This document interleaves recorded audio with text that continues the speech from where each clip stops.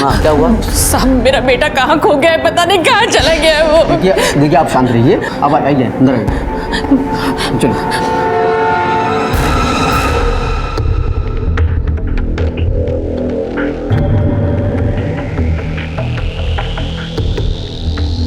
साहब ये मेरा बेटा है,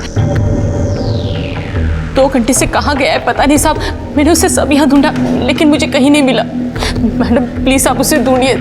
आप टेंशन मत लीजिए, वहीं कहीं होगा, कहाँ जाएगा, खो नहीं जाएगा, छोटा बच्चा थोड़ी, 18 साल का लड़का है। यही तो प्रॉब्लम है ना साहब,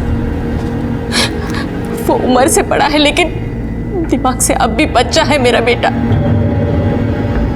वो नॉर्मल नहीं है।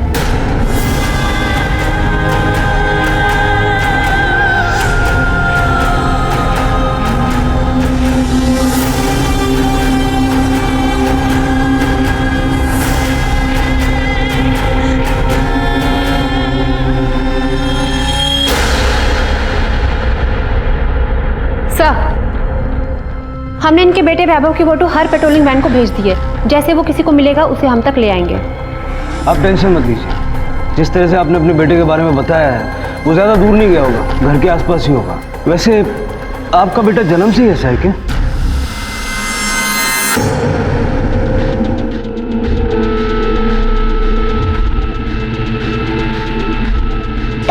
देखो वो पतंग कट गई है, मैं वो लेकर आता हूँ। अरे कितनी पतंग है तेरे पास? अरे क्या करेगा उन सबका? अरे संभल के।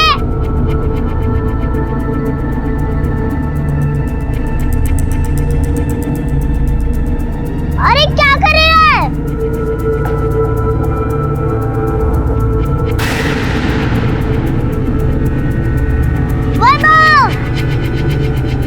उस दिन तो वो बच गया लेकिन बिजली के झटके की वजह से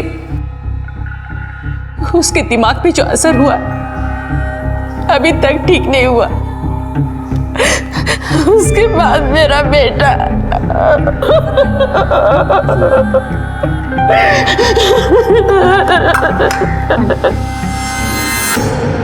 माँ, ये शब्द ही अपने आप में सृष्टि है।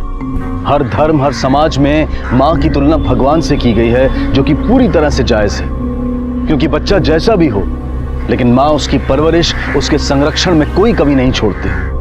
और अगर वो बच्चा मानसिक रूप से कमजोर हो या अस्वस्थ हो तो उसका प्यार और संरक्षण और बढ़ जाता है। हमारा आज का क्राइम पेट्रोल डायल 100 का केस एक ऐसी माँ की कहानी है जो अपने बच्चे के लिए किसी भी हद तक जाने को तैयार है, और उसकी यही प्यार और सुरक्षा की भावना जाने अनजाने में उसके पूरे परिवार को गुनाह के दलदल तक ले आती है और उसे आभास तक नहीं होता।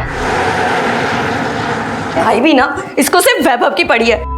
जब देखो जब उसके पीछे पीछे घूमती रहती है। हम लोग तो मर भी जाएं तो भी इसको कोई फर्क नहीं पड़ेगा। अब ब्रेकफास्ट भी नहीं बना के गई है।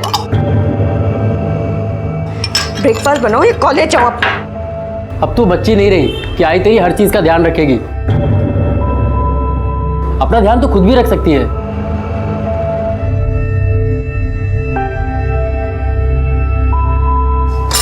ये ब्रेड तो मैं ही खाऊंगा। और ये मैंने अपने लिए बनाया, चुपचाप मुझे वापस नहीं दूंगा। दूसरी बना। आप भी तो अपना ध्यान खुद रख सकते हो ना। मुझे मेरा ब्रेड वापस करो। ये तो नहीं मिलने वाला तुझे, तू दूसरी लगा ले। ये नहीं दूंगा। ये मैंने अपने वैभव घर आया क्या? बोला वो तो कभी का आ गया, अपने रूम में। वैभव घर आया? तुम मुझे फोन नहीं कर सकती थी? मैं उसके लिए कितना परेशान हो रही थी पता है? वैभव, वैभव, वैभव,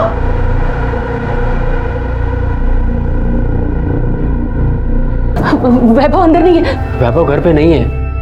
तूने नाश्ता नहीं बनाया ना, इसलिए सौम्या गुस्सा थी, तो उसे झूठ बोली। क्या? आई मेरी बात सुन। तेरा भाई गायब है, तुझे उसकी बिल्कुल चिंता नहीं, तुम उसे झूठ बोल रही है। वो गायब हुआ तो पूरा घर सर पर उठा लिया तूने। मैं गायब होती तो रत्ती भर भी चिंता नहीं थी तुझे। मुझे क्या सौम्या मेरी जाने दे उसे, तू जानती तो है। तू टेंशन मत ले, वैभव घर आ जाएगा। भाई मैं चलता हूँ, मुझे भी लेट हो रहा है।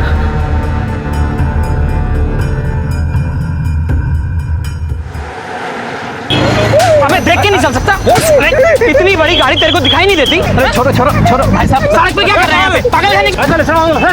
क्यों भीड़ लगा रही इतने? देखो ना साहब, जानबूझ के चलती सड़क पे गाड़ी के नीचे मरने जा रहा था। साहब ये तो वही लड़का है, कुछ देर पहले पुलिस स्टेशन में इसका फोटो आया था। बहुत दुख रहा है। हाँ?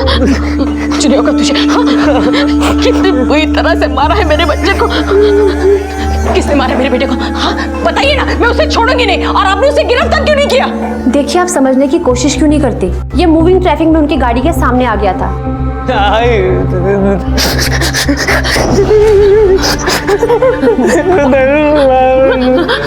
कुछ नहीं होगा तुझे।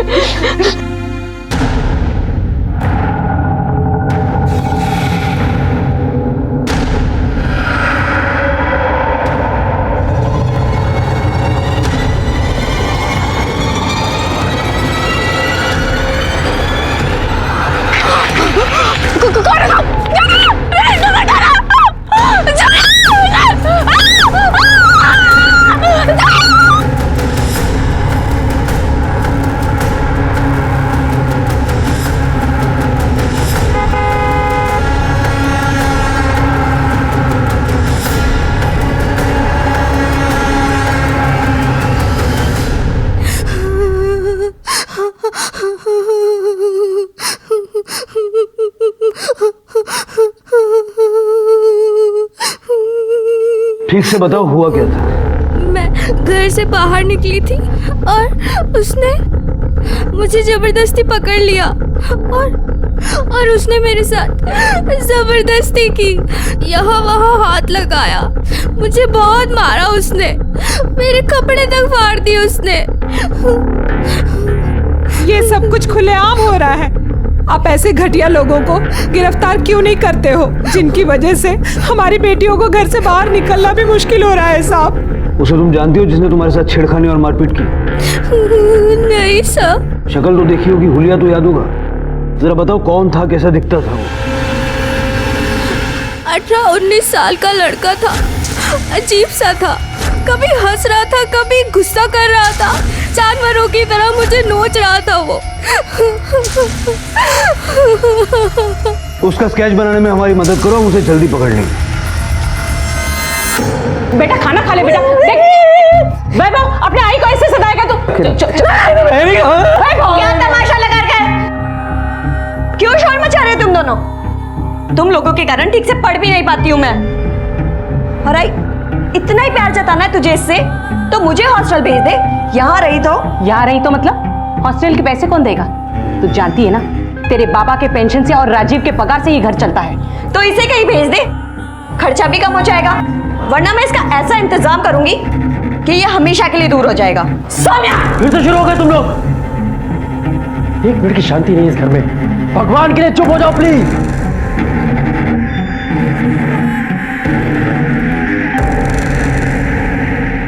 सर, पिछले 1 महीने से कांदीवली एरिया में छेड़छाड़ मॉलेस्टेशन की 7वीं कंप्लेंट है।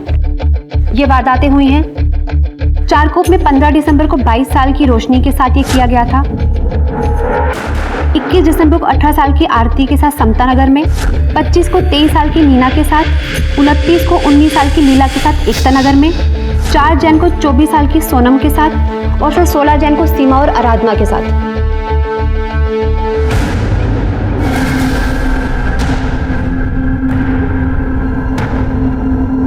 सर, इन 7 वारदातों में पहली बार लड़की के बताए हुलिये के मुताबिक हमें इस लड़के की इंफॉर्मेशन मिली है, जो कि इन वारदातों के पीछे हो सकता है। सर, पर जिस तरीके से छेड़छाड़ की गई है वो भी सेम एरिया में। सर, मुझे लगता है वैभव ही सीरियल मॉलेस्टर है। सुनीता, किसी भी नतीजे पे पहुंचना थोड़ी जल्दबाजी होगी, क्योंकि वैभव जैसा मेंटली डिस्टर्ब लड़का इतनी सारी वारदातों को अंजाम नहीं दे सकता। मुझे लगता है हमें और छानबीन करनी चाहिए, तभी किसी नतीजे पे पहुंच सकते हैं।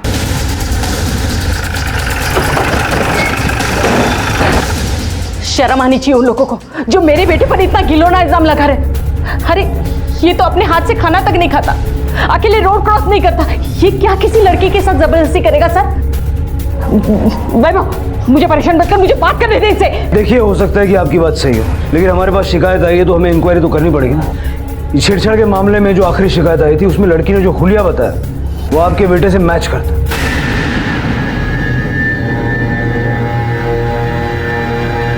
कौन है वो लड़की? मुझे बताइए, मैं उसे पूछती हूँ वो क्यों झूठ बोल रही उस है। लड़की का नाम हम आपको नहीं बता सकते। आपने अभी तक बताया नहीं कि कल शाम 8 से 9 के बीच वैभव कहाँ था। कहा था मतलब? वो अकेले कहीं नहीं जाता, वो मेरे साथ घर पे ही था। लेकिन आपने तो कहा कि उस वक्त आप घर पे नहीं थी। ओह सॉरी, मैं भूल गई। वो हमेशा मेरे साथ ही घर पे रहता है, इसलिए मुझसे निकल गया। सर मैं कह रही हूँ ना, वो घर पे ही था। मेरी बात का विश्वास कीजिए, वो लड़की झूठ बोल रही है। आई सच बोल रही है। मैं उस दिन घर पर ही थी और वैभव पूरा दिन मेरे साथ था। मेरा भाई कुछ भी कर सकता है, लेकिन जो इल्जाम आप लगा रहे हैं, ऐसा घिनौना काम नहीं कर सकता।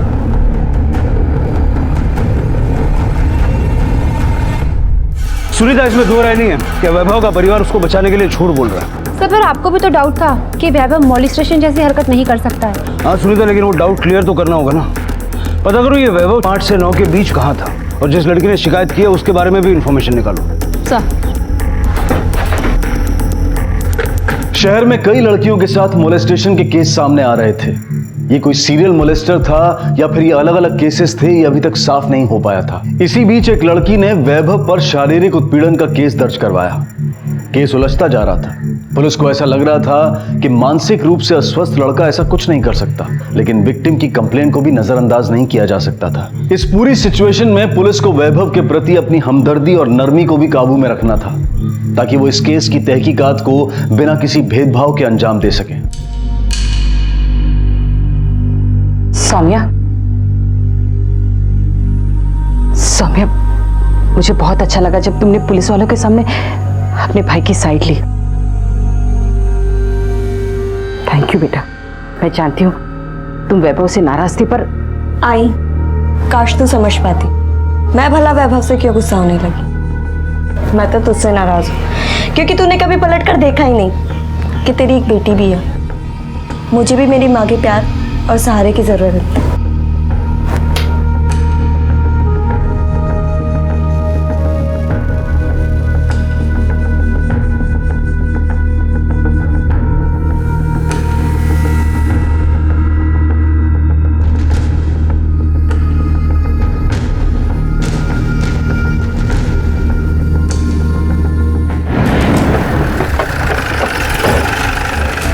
Good morning sir. Good morning Sunita.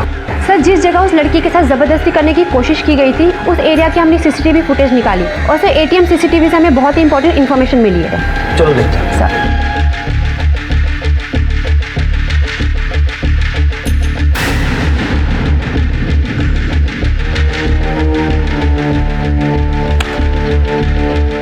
इससे यही साबित होता है कि वैभव की बहन सौम्या ने हमसे झूठ कहा होगा। मैं उस दिन घर पर ही थी और वैभव पूरा दिन मेरे साथ था। या ये भी हो सकता है कि वैभव ने ही आराधना के साथ छेड़छाड़ की हो।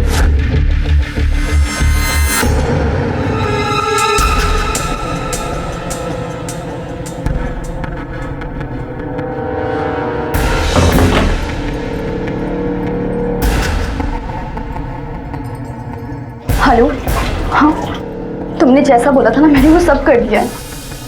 पर मुझे बहुत डर लग रहा है कहीं ये सब हमारे ऊपर उल्टा पड़ गया तो। अरे यार मैं पैनिक नहीं हो रही हूँ, मैं बस हाँ ठीक है, पर मुझे बहुत डर लग रहा है यार। आराधना, आई आके फिर बात करती हूँ। अरे इतनी देर बाथरूम में क्या कर रही है तू? आई मैं मुंह धो रही थी, मैं अभी आ रही हूँ।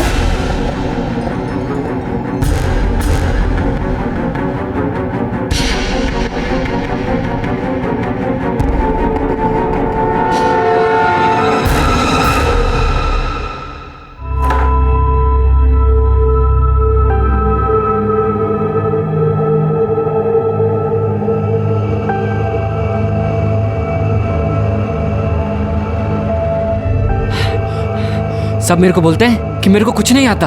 देखना आज सबको मैं खुद तैयार होके दिखाऊंगा। फिर आई इतनी खुश होगी ना कि मेरे को चॉकलेट देगी। आई मैं कॉलेज जा रही हूँ।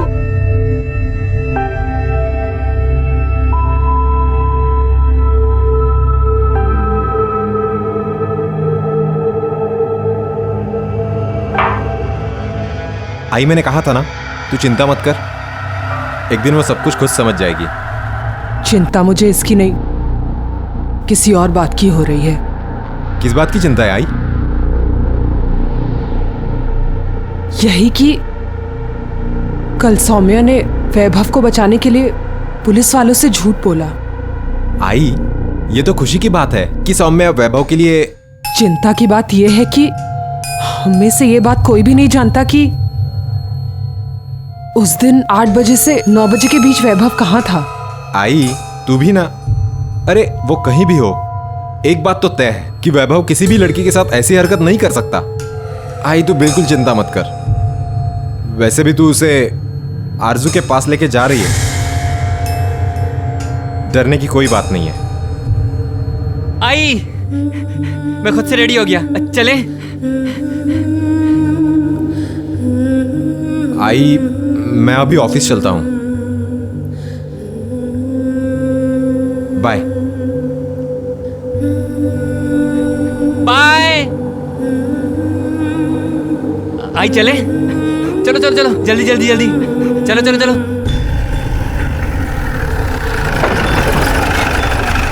सुनीता, ये वैभव की बिल्डिंग है। इसके आसपास के एरिया में सब लोग उसे जानते जरूर होंगे। मुझे सारी इन्फॉर्मेशन चाहिए, वो लोगों के साथ कैसा था, कौन उसे नापसंद करता था और वो किसे नापसंद करता था। सर,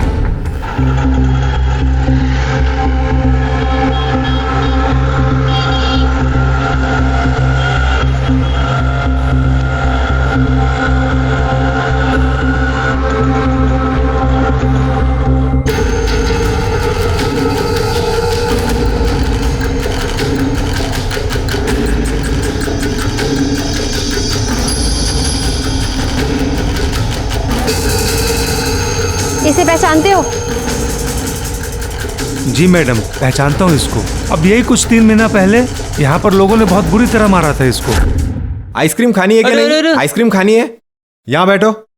आइसक्रीम खानी है तो मैं तुम्हारे लिए आइसक्रीम लेके आता हूँ, कहीं नहीं जाना, ठीक है? यहीं बैठना।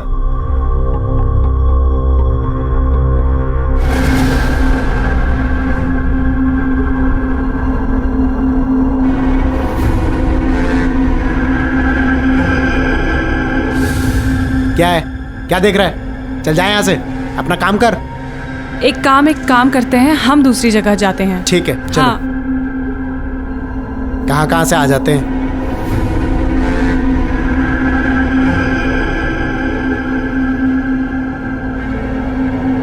साले, तेरे को बोला ना यहाँ से जाने के लिए, समझ में नहीं आ रहा क्या तेरे को? पागल हो गया है क्या तू? जाने दो साले की अभी पागलपंती दूर करता हूँ। जाने दो। बोला ना तुझे जाने को। अरे क्या कर रहा है भाई? क्यों मार रहा है मेरे भाई को? हाँ, अरे छोड़ो, नौटंकी छोड़ो करता इसको, है। जाने दो इसको, कम दिमाग है बेचारा। अरे कम दिमाग नहीं है, नियत खराब है इसकी। लड़की दिला दे इसको, वरना अपने साथ साथ तुम लोगों की भी बैंड बजा देगा, समझा? और दोबारा मिला ना तो छोड़ूंगा नहीं इसको मैं। सर, मुझे लगता है लड़कियों के साथ जबरदस्ती करने की कोशिश वैभव ने इस इंसिडेंट के बाद की होगी। दिमाग से बच्चा है, जो देखा होगा वो ट्राई करने की कोशिश की होगी। मुझे नहीं लगता सुनीता कि ये रीजन रहा होगा। हमें वैभव के बारे में और छानबीन करनी होगी, और उस कपल के बारे में भी जिसने वैभव के साथ यहाँ मारपीट की। वो जो लड़का लड़की आए थे उस दिन, कहाँ रहते पता है? सब लड़के का तो पता नहीं, पर वो लड़की यहीं आगे 4 बिल्डिंग छोड़ के जो टावर है ना, उसी में रहती है। राणे सर, इसके साथ जाओ, लड़की को लेके आओ। Okay sir.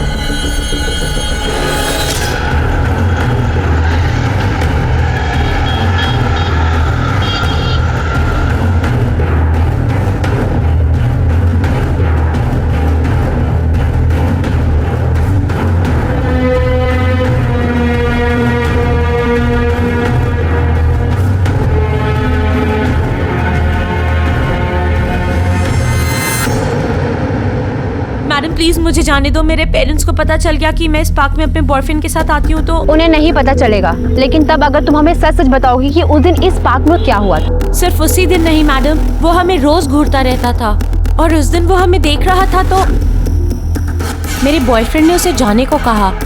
वो गया ही नहीं तो उसने उसकी पिटाई कर दी,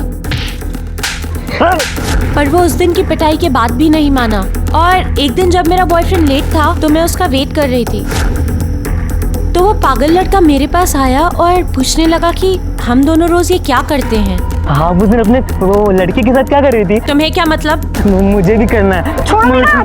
छोड़ो। कहने लगा कि क्या मैं तुम्हारे साथ वो सब कर सकता हूँ जो तुम्हारा बॉयफ्रेंड करता है। मैं जब भी किसी को ये सब करते देखता हूँ तो मुझे भी बहुत अजीब सा लगता है।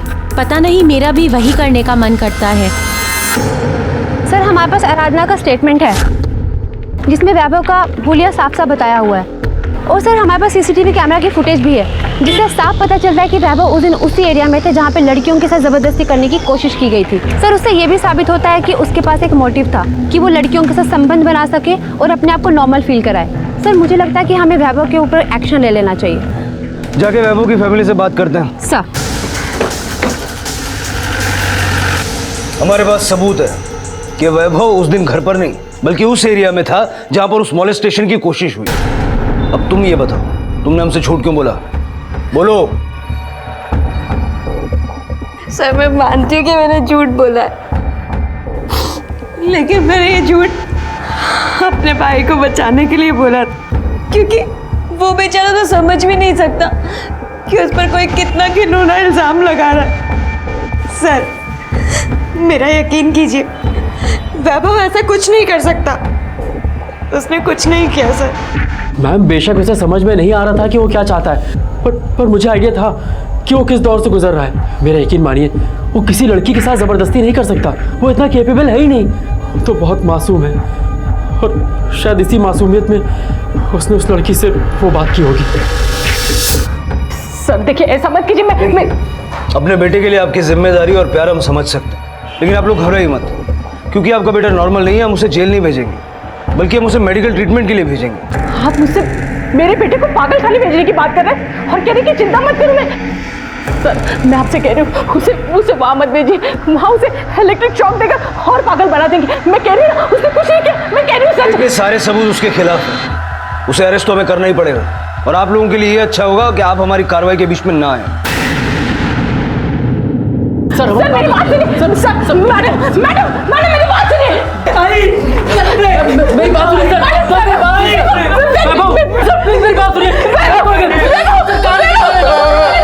इसने कुछ नहीं किया मैडम, मैं कह रही हूँ इसने कुछ नहीं किया।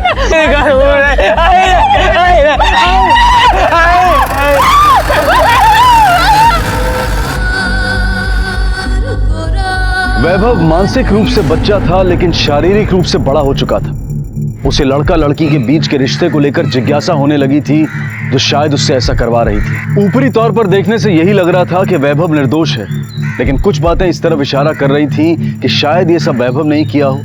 इसलिए पुलिस को उसे गिरफ्तार करना पड़ा और अदालत ने उसे इलाज के लिए मानसिक चिकित्सालय भेज दिया। अगर वैभव निर्दोष था तो फिर अनुराधा उस पर इतना घिनौना इल्जाम क्यों लगा रही थी? आखिर क्या कनेक्शन था वैभव का और अनुराधा का? और अगर वैभव ने लड़कियों के साथ बदसलूकी नहीं की थी तो फिर वो आखिर कौन था? इन सभी सवालों के बीच एक ऐसी घटना घटी जिसने इस केस को फिर से उस सिरे पर लाकर खड़ा कर दिया जहां से केस शुरू हुआ था।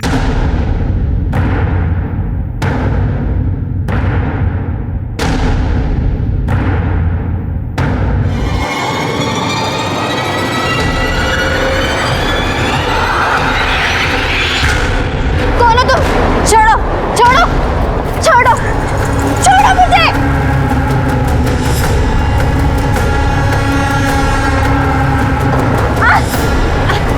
बचाओ बचाओ।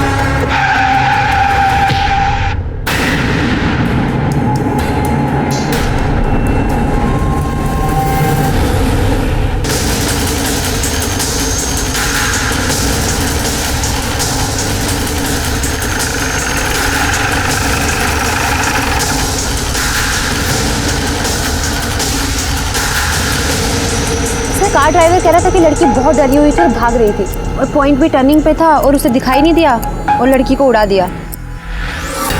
सुनीता, हो सकता है कि गाड़ी का ड्राइवर सच बोल रहा हो। इसका दुपट्टा मिसिंग है और ये देखो, ये कपड़े फटे हुए, और ये कपड़े जिस तरह से फटे हैं मुझे नहीं लगता कि इसका रीज़न वो एक्सीडेंट हो सकता है।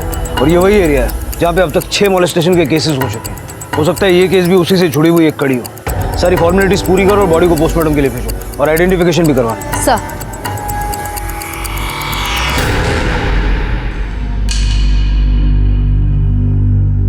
अब तो आप लोगों को यकीन हो गया होगा ना कि मेरा बेटा निर्दोष है। आप लोगों ने बेवजह उसके गलत केस बनाया और उसे पागल खाने भेज दिया, और वो आदमी खुलेआम घूम रहा है जिसने ये सब किया, और हमें पुलिस स्टेशन और कोर्ट कचहरी के चक्कर लगाने पड़ रहे हैं। देखिए, हमारी आपसे आपके बेटे से कोई पर्सनल दुश्मनी नहीं है। सारे सबूत आपके बेटे के खिलाफ थे, इसलिए हमें कार्रवाई करनी पड़ी, और अभी भी ये साबित नहीं हुआ है कि आपके बेटे ने कुछ नहीं किया। हो सकता है ये 2 अलग-अलग केस हो। मतलब आप लोग मेरे बेटे को अब भी नहीं छोड़ेंगे? ठीक है, मैं कोर्ट में जाऊंगी। मैं मेरे बेटे को घर वापस जरूर लाऊंगी। मैं मेरे बेटे को ऐसे परेशान करने नहीं दूंगी आप लोगों को।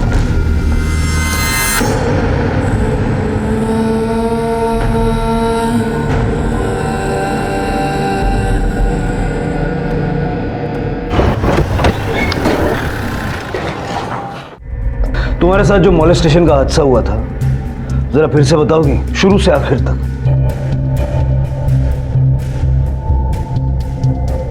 उस दिन मैं वापस घर आ रही थी। उसने मुझे पीछे से आके पकड़ लिया, मेरे साथ जबरदस्ती करने की कोशिश की, मारपीट की मेरे साथ, मेरे कपड़े तक फाड़ दिए उसने। पता नहीं मैं कैसे कैसे करके घर वापस आई। तुम अब भी यकीन के साथ कह सकती हो कि वो वैभव ही था? जी सर, वो वही लड़का था। झूठ बोल रही हो तुम, और तुम्हारे इस झूठ की वजह से एक लड़की की जान चली गई। तुम्हारी बात पे भरोसा करके हमने वैभव को अरेस्ट किया और केस क्लोज कर दिया। उसके बाद फिर एक लड़की के साथ जबरदस्ती हुई जिसमें उसकी जान चली गई। सर मैं झूठ क्यों बोलूंगी, वो वही लड़का था। सर आप तो ऐसी बात कर रहे हो जैसे दुनिया में एक ही क्रिमिनल है और दुनिया की सारी लड़कियों को छेड़ने वाला और बदतमीजी करने वाला वो एक ही लड़का है। हमें नहीं पता क्राइम किसने किया था, लेकिन हमारी बेटी के साथ जो कुछ हुआ है वो उसी पागल लड़के ने किया है। सर मुझे लगता है इस केस की एक नहीं 2 पॉसिबिलिटीज हो सकती है। एक ये कि आराधना हमसे झूठ बोल रही है कि वैभव ने उसके साथ ज़बरदस्ती करने की कोशिश की है, और दूसरी ये भी हो सकता है कि वैभव ने ही आराधना के साथ ज़बरदस्ती की हो और बाकी 6 लड़कियों के साथ ज़बरदस्ती करने वाला कोई और हो। सुनीता, तीसरी पॉसिबिलिटी ये भी है कि ये वैभव ही सीरियल मोलेस्टर हो, और चूंकि उसकी फैमिली उसको लेके इतनी प्रोटेक्टिव है, हो सकता है ये 7वां मोलेस्टेशन उन्होंने करवाया हो ताकि वैभव निर्दोष साबित हो जाए।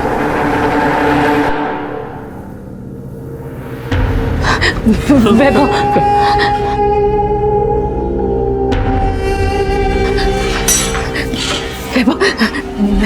कैसा है तू? वैभव, ठीक है वैभव, देख तेरा दादा आया है, सौम्या तेरा इंतजार करिए घर पे। वैभव, वैभव ठीक है। क्या हालत बना दी है मेरे बच्चे की आपने। वैभव आइए, बाकी की फॉर्मेलिटीज पूरी करते हैं। जी तो ठीक है ना? तो एकदम ठीक है। हाँ कुछ नहीं हो।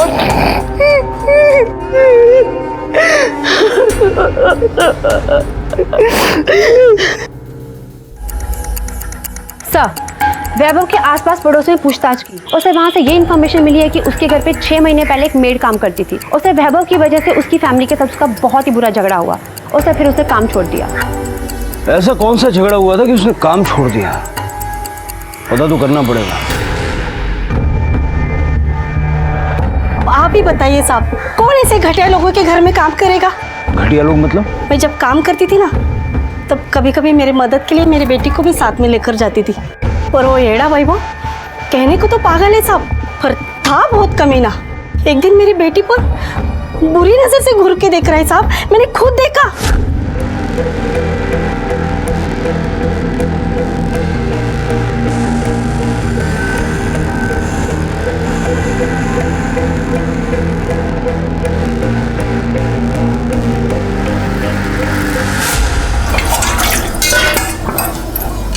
सरिता, सरिता ये लो। क्या है दीदी, पैसे? वो भी इतने? अभी तो मेरा पगार का टाइम भी नहीं हुआ है। ये तुम्हारी पगार नहीं है और मैं तुम्हें और दूंगी, बस तुम मेरी एक बात मान लो। ऐसी कौन सी बात है दीदी जिसके लिए आप मुझे इतना पैसा दे रहे हो? वो तुम्हारी बेटी है ना, मेरे कहने का मतलब है तुम्हारी बेटी की शादी मेरे वैभव के साथ कर लो। शर्म नहीं आती तुझे ऐसी बात करते हुए? कैसी औरत है तू? मैंने तो मेरी बेटी बेचने की बात कर रही है। बेचने की बात नहीं कर रही हूँ, मैं शादी की बात कर रही हूँ। देखो सरिता, वरना वो भी तुम्हारी तरह लोगों के जूठे बर्तन धोएगी। देख सरिता, तुम्हारी बेटी की जिंदगी बन जाए और मेरे बेटे का भी भला होगा। ये पैसे रख लो तुम, मैं कह रही हूँ ना, उसका बहुत भला होगा। अपनी बेटी की तरफ पागल समझेगा मेरे को? हाँ? ये पैसे की गर्मी ना अपने पास रख। मेरी बेटी को खरीदनी चली है, क्या समझते हैं खुद को? सुनीता, अब तक हम विजया को सिर्फ एक मजबूर माँ की तरह देख रहे थे, लेकिन वो मजबूरी नहीं बल्कि खुदगर्ज भी है, और इतनी खुदगर्ज कि उसे अपने बच्चे के सामने किसी और की कोई अहमियत नजर नहीं आती। सर मुझे लगता है वो अपने बच्चे को बचाने के लिए किसी भी हद तक जा सकती है।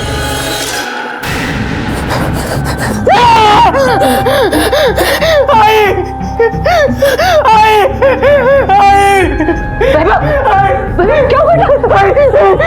कोई बुरा सपना देखा तुमने? पानी लेके आ जा जल्दी। मैं हूं ना बेटा, कुछ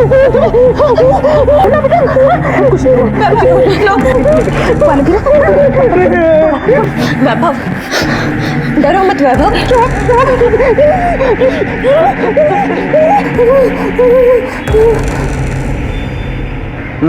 ठीक है, देखता हूँ। सर ये देखिए, विजय के कॉल रिकॉर्ड्स आ गई हैं। इसमें एक नंबर मिला है जिस पे कई बार कॉल्स किए गए हैं और ये नंबर किसी आरजू के नाम से रजिस्टर किया गया है। और सर पिछले 4 महीने से आरजू के अकाउंट में विजय के अकाउंट से कई बार ट्रांजैक्शंस किए गए हैं। कौन है कौन ये आरजू? सर इन्फॉर्मेशन के मुताबिक ये एक प्रोस्टिट्यूट है। क्या? कहाँ रहती है?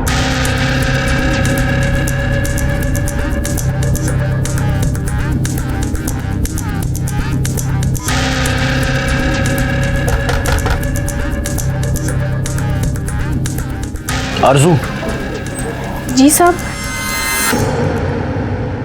जी सर, विजय मेरे अकाउंट में पैसे डालती थी और वो पैसे मेरी फीस थी उसके बेटे को खुश करने के लिए। साहब उसका बेटा दिमाग से तो बच्चा था लेकिन बाकी सब नॉर्मल था। दुनिया वाले क्या समझते, इसलिए वो अपने बेटे को मेरे पास लेकर आती थी। सर एक दिन वैभव की माँ उसे मेरे पास लेकर आई। क्या है? उसने मेरे सामने हाथ जोड़े, मेरे सामने गिड़गिड़ाई अपने बेटे की खुशी के लिए कि मैं उसके बेटे की ज़रूरत पूरी कर दूं ताकि वो एड़ा बाहर जाके इधर उधर मुंह ना मारे। मैं तुम्हें जितने चाहिए होगा पैसे दूंगी, सब तुम्हारे मेरे बेटे पे दया करो, तुम्हारे पाँव पड़ती हूँ प्लीज।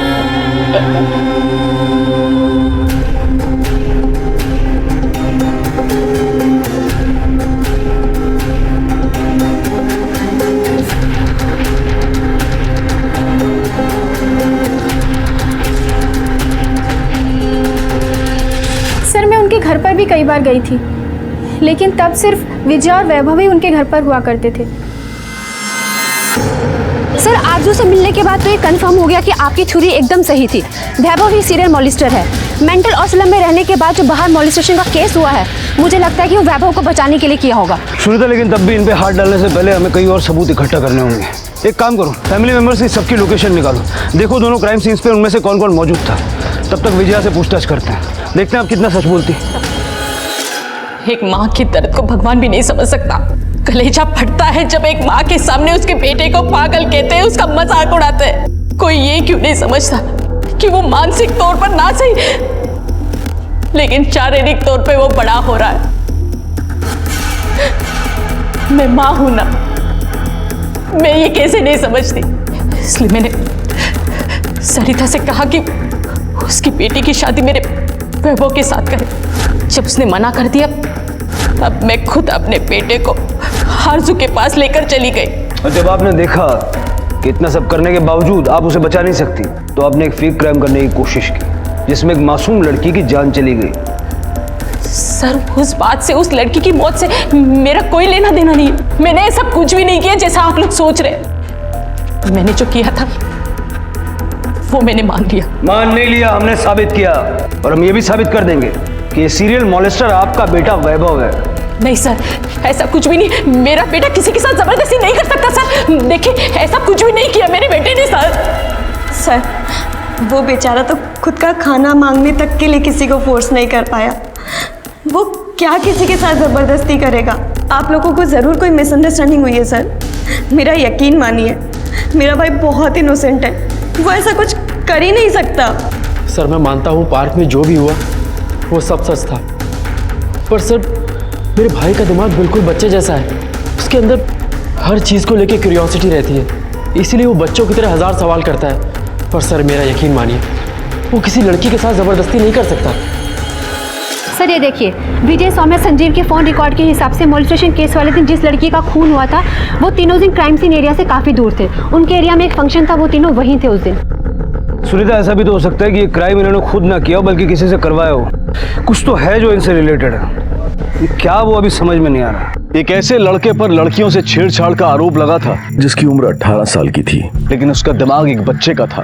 पुलिस की तहकीकात में उसके खिलाफ कोई पुख्ता सबूत नहीं मिले थे, लेकिन विक्टिम की शिकायत पर उसे गिरफ्तार किया गया। लेकिन इसके बाद भी ऐसी घटनाएं जारी रही, जिससे पुलिस ने अंदाजा लगाया कि शायद वैभव ने सिर्फ आराधना के साथ छेड़छाड़ की थी, लेकिन बाकी मामलों में वो दोषी नहीं था। पुलिस को कुलकर्णी परिवार पर भी शक था कि वैभव को छुड़वाने के लिए कहीं ये उनकी कोई चाल तो नहीं थी। शहर में डर का माहौल था, घर वाले अपनी सुरक्षा को लेकर चिंतित थे, और अगर वैभव वो नहीं था जो इन सारी घटनाओं के पीछे था, तो आखिर वो कौन था? किधर भाग रहा था? हाँ, किधर? पकड़ा से। नहीं था, सब नहीं मारो मत, बता दो सब, मारो मत सब। उन सारी लड़कियों के साथ सब मैंने सब जबरदस्ती करने की कोशिश की थी सब। मतलब पिछले 1 महीने में तूने 7 लड़कियों को छेड़ा, जिसमें से एक की मौत हो चुकी है।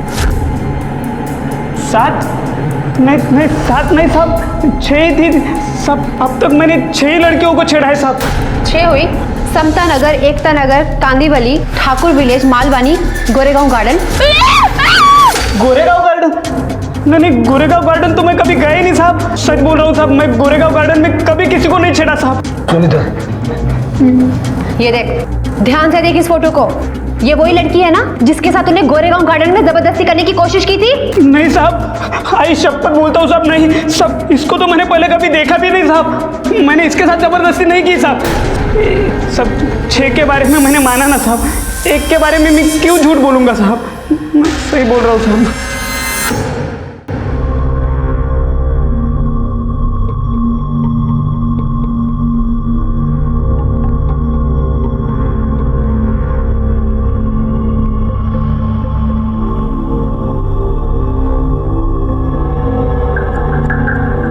संजीव, क्या बात है बेटा, तुम कुछ परेशान लग रहे हो?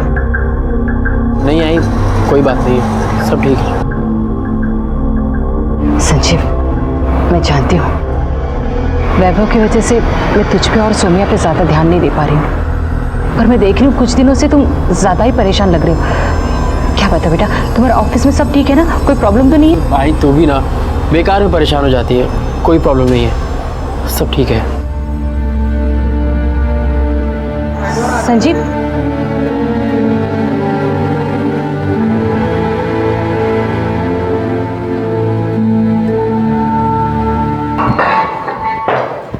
आराधना का मोलेस्टेशन इसने नहीं किया। इस टाइप के क्रिमिनल साइकोपैथ होते हैं, उन्हें सजा का डर नहीं होता, इसीलिए वो ऐसे घिनौने काम को अंजाम देते हैं। इसने 6 लड़कियों को छेड़ने की बात तो कबूल कर ली, साथ में से मना करके इसको कोई फायदा नहीं था। उस दिन के आराधना के कॉल डिटेल्स और लोकेशन के रिकॉर्ड्स निकालो। आराधना का केस शायद हमें गुमराह करने के लिए बनाया गया। अब हमें ये पता करना पड़ेगा कि आराधना ऐसा क्यों करना चाहती है। तो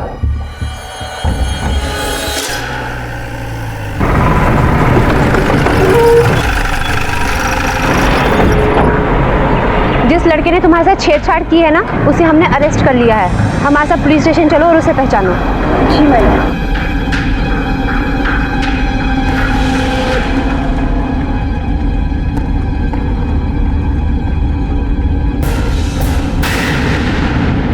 ये है ना वो लड़का जिसने तुम्हें मोलेस्ट करने की कोशिश की थी? नहीं सर, ये वो नहीं है, वो तो कोई पागल सा लड़का था। जरा ध्यान से देखो इसे, शायद पहचान जाओ। मैंने कहा ना सर, ये वो नहीं है, मैंने तो इसे आज से पहले कभी देखा भी नहीं। अच्छा, कभी देखा भी नहीं, लेकिन हफ्ते में 3-4 बार इससे बात करती हो। ये इसके और तुम्हारे कॉल रिकॉर्ड्स।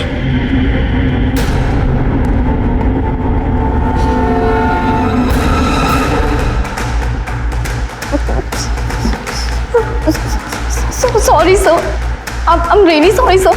मैंने ये सब अपनी कजन सिस्टर रेणुका और संजीव के कहने पे किया था। तुमने जैसा बोला था ना, मैंने वो सब कर दिया। घेऊन या तिला।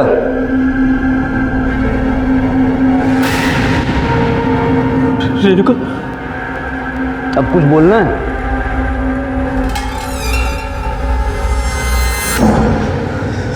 सर, मैं और रेणुका एक दूसरे से प्यार करते हैं।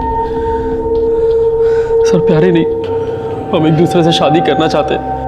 पर मेरे घर में मेरे पागल भाई के रहते, ये मुझसे शादी नहीं करना चाहती थी। सर इसीलिए मैंने ये प्लान बनाया कि वैभव पर इल्ज़ाम लगा के मैं उसे मेंटल असाइलम भेज दूं, क्योंकि मैं जानता था सर कि किसी और तरीके से हाई खुद से वैभव को दूर नहीं होने देती। मैं खुद भी भाई से दूर नहीं होना चाहता था। भाई ने इतनी मुश्किल से, इतनी मेहनत से हम सबको पाला पोसा था, पर वैभव भाई की कमजोरी बन गया था।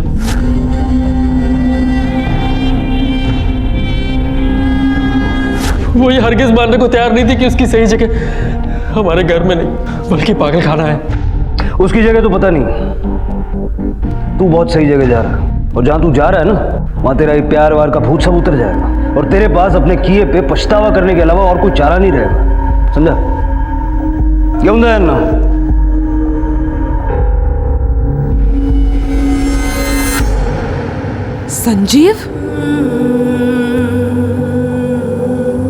संजीव ऐसे कैसे कर सकता है? वो तो हमेशा वैभव के सपोर्ट में रहता था। आई, मैं अभी ऑफिस चलता हूँ। बाय दादा। बाय। मुझे ये बात कैसे पता नहीं चली कि उसके दिल में वैभव के लिए इतनी नफरत है। शायद इसमें गलती मेरी है। मैं ही अपने बच्चों को नहीं आई, इसमें तेरी कोई गलती नहीं है। अगर इसमें किसी की गलती है तो वो मैं और संजीव भाऊ है, जो तुझे कभी समझ ही नहीं पाया, बल्कि इल्जाम पे इल्जाम लगाते रहे। हम दिखने में तो बड़े हो गए आई, लेकिन हमारे दिल वही छोटे से, जो अपनी आई और अपने सगे भाव की तकलीफ ना समझ पाए। अरे तेरी कोई गलती नहीं है। रघु को लड़कियों के साथ शारीरिक उत्पीड़न के केस में और संजय, आराधना और रेणुका को पुलिस को गुमराह करने और एक झूठा केस बनाने के लिए गिरफ्तार किया गया। ये सभी इस वक्त न्यायिक हिरासत में हैं। बेशक कमजोर और विकलांग बच्चों को ज्यादा देखभाल की जरूरत होती है, लेकिन उनकी देखभाल में दूसरे बच्चों की अनदेखी की जाए ये भी सही नहीं है। और यही गलती की विजया ने, वैभव के प्रति बेहद प्यार ने उसके अपने ही बच्चों को उसका दुश्मन बना दिया। माता पिता के प्यार पर संदेह नहीं किया जा सकता है, लेकिन इस प्यार से अलग माता पिता की ये जिम्मेदारी भी बनती है कि वो अपने कमजोर बच्चे के प्रति अपने सामान्य बच्चों में संवेदना पैदा करें। और ये संवेदना सिर्फ परिवार में ही नहीं बल्कि पूरे समाज में जागृत करने की जरूरत है। इसी विचार के साथ अब मैं अनूप सोनी आपसे विदा लेता हूं। फिर मुलाकात होगी अगले एपिसोड में एक और चौंका देने वाले केस के साथ। तब तक अपना और अपने परिवार का ख्याल रखें और देखते रहें क्राइम पेट्रोल डायल 100। सबक एक को, सीख हम सबको। जय हिंद।